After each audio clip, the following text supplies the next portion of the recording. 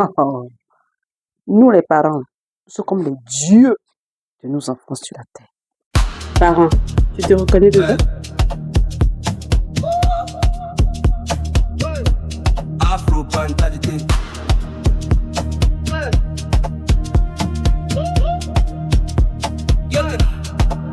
Nous vous prions de noter que le contenu de cette vidéo est strictement à titre informatif. Alors, si vous avez besoin d'aide pour éduquer vos enfants, s'il vous plaît, adressez-vous aux personnes appropriées. Merci. Bonjour et bienvenue à Afro-Parentalité. Donc, c'est une chaîne où l'on parle des défis de la parentalité afin de partager des astuces, des expériences, des informations qui pourraient nous aider à grandir en tant que communauté de parents. Alors, aujourd'hui, nous allons continuer sur le thème que nous avions commencé, qui était « Qui est le parent ?» Et nous avions déjà dit, donc, pour un petit résumé, que le parent est le modèle, est un repère, est un modèle pour son enfant. Nous avions également parlé du fait que les parents sont un peu comme des coachs, des mentors de leurs enfants. Et nous allons donc poursuivre aujourd'hui pour dire que le parent est aussi une figure d'autorité pour l'enfant. Alors, je sais que quand on parle d'autorité, déjà, il y a beaucoup de réserves. Et donc, nous aimerions donc clarifier l'angle sous lequel nous abordons le thème de l'autorité. Alors, nous aimerions ici dire que nous n'abordons pas l'autorité sous l'aspect négatif, c'est-à-dire qui est vu comme quelque chose qui vient pour brimer, pour détruire, pour écraser l'enfant parce qu'il a la capacité de le faire. Non. Mais nous voyons plus l'aspect de l'autorité comme étant une chose qui fait partie de la vie de tous les jours, parce que dans la vie de tous les jours, nous avons des personnes qui ont des positions d'autorité, et nous pouvons à ce titre citer les magistrats, les policiers, les juges, etc., qui sont des figures d'autorité, qui font partie de la société dans laquelle l'enfant évolue. Et donc, dans la cellule familiale, qui est un peu une représentation en miniature du monde dans lequel l'enfant évolue, c'est important aussi de transmettre à l'enfant cette notion d'autorité.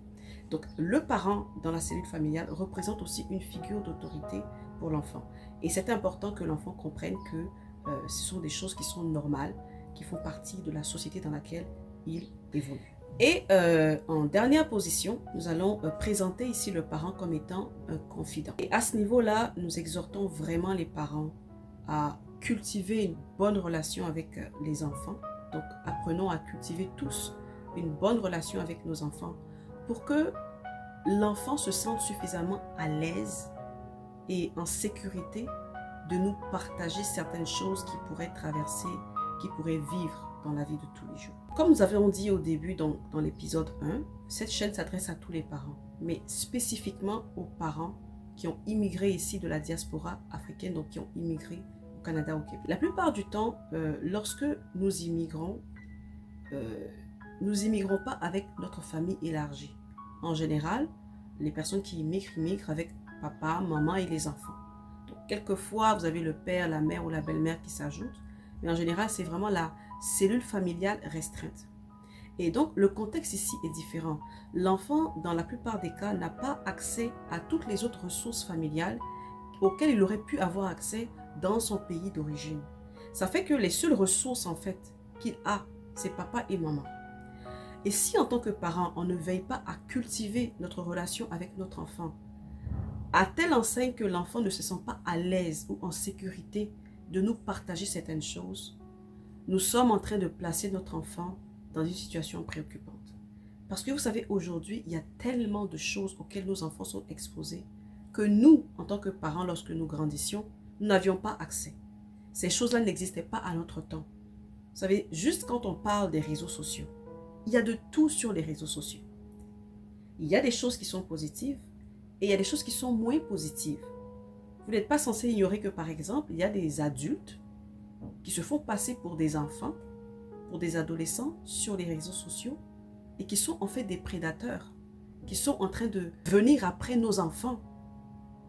Et si l'enfant n'a pas l'espace suffisant dans la maison, dans sa cellule familiale pour exprimer certaines choses avec lesquelles il n'est pas confortable dehors, nous plaçons l'enfant dans une situation vraiment difficile. Donc, nous exhortons tous les parents, nous exhortons les parents à ce que nous puissions tous travailler à développer cette relation de confidence avec nos enfants, où l'enfant se sent libre, il se sent en confiance de venir vers nous et de partager certaines choses. Pas que l'enfant se dise « Ah, je ne veux pas dire ça à maman, j'ai peur. Maman va me frapper, maman va se fâcher. » On ne veut pas ça.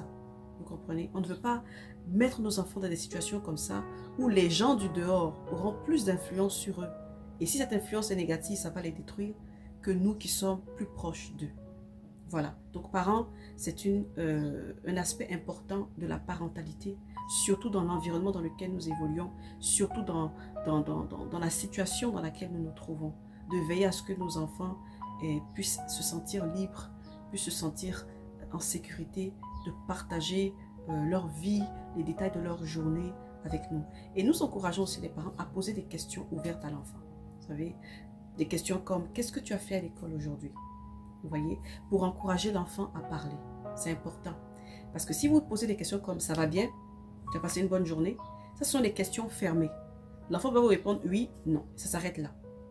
Mais prenons l'habitude dans ce désir de cultiver des bonnes relations avec nos enfants. Prenons l'habitude de poser des questions ouvertes à l'enfant. Prenons le temps de faire attention à l'enfant. Est-ce que son attitude a changé? Est-ce qu'il y a quelque chose qui est bizarre, qui est différent?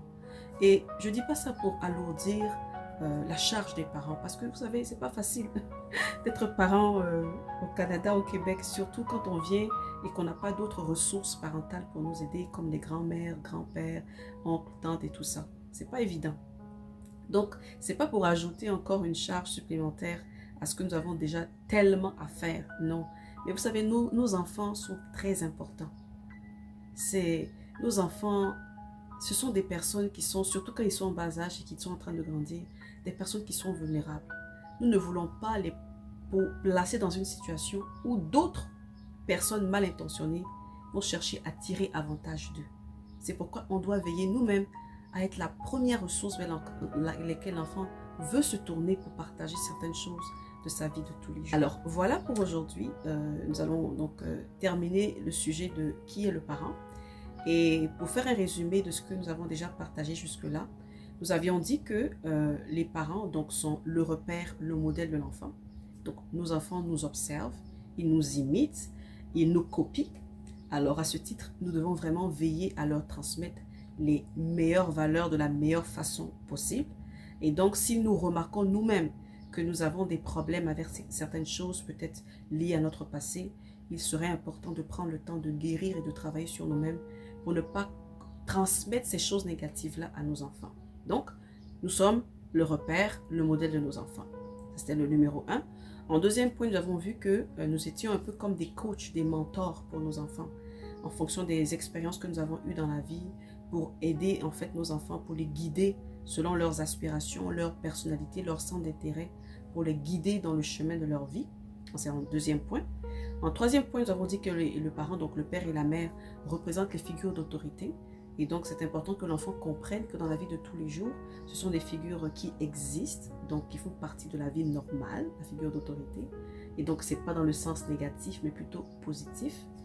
Et en dernier lieu, nous avons dit qu'il est important que nous, en tant que parents, nous puissions favoriser l'environnement nécessaire pour cultiver des relations de confiance avec nos enfants, où nos enfants peuvent nous considérer comme des confidents, se confier à nous et partager avec nous ce qu'ils vivent pour ne pas les exposer à des personnes qui pourraient être mal intentionnées.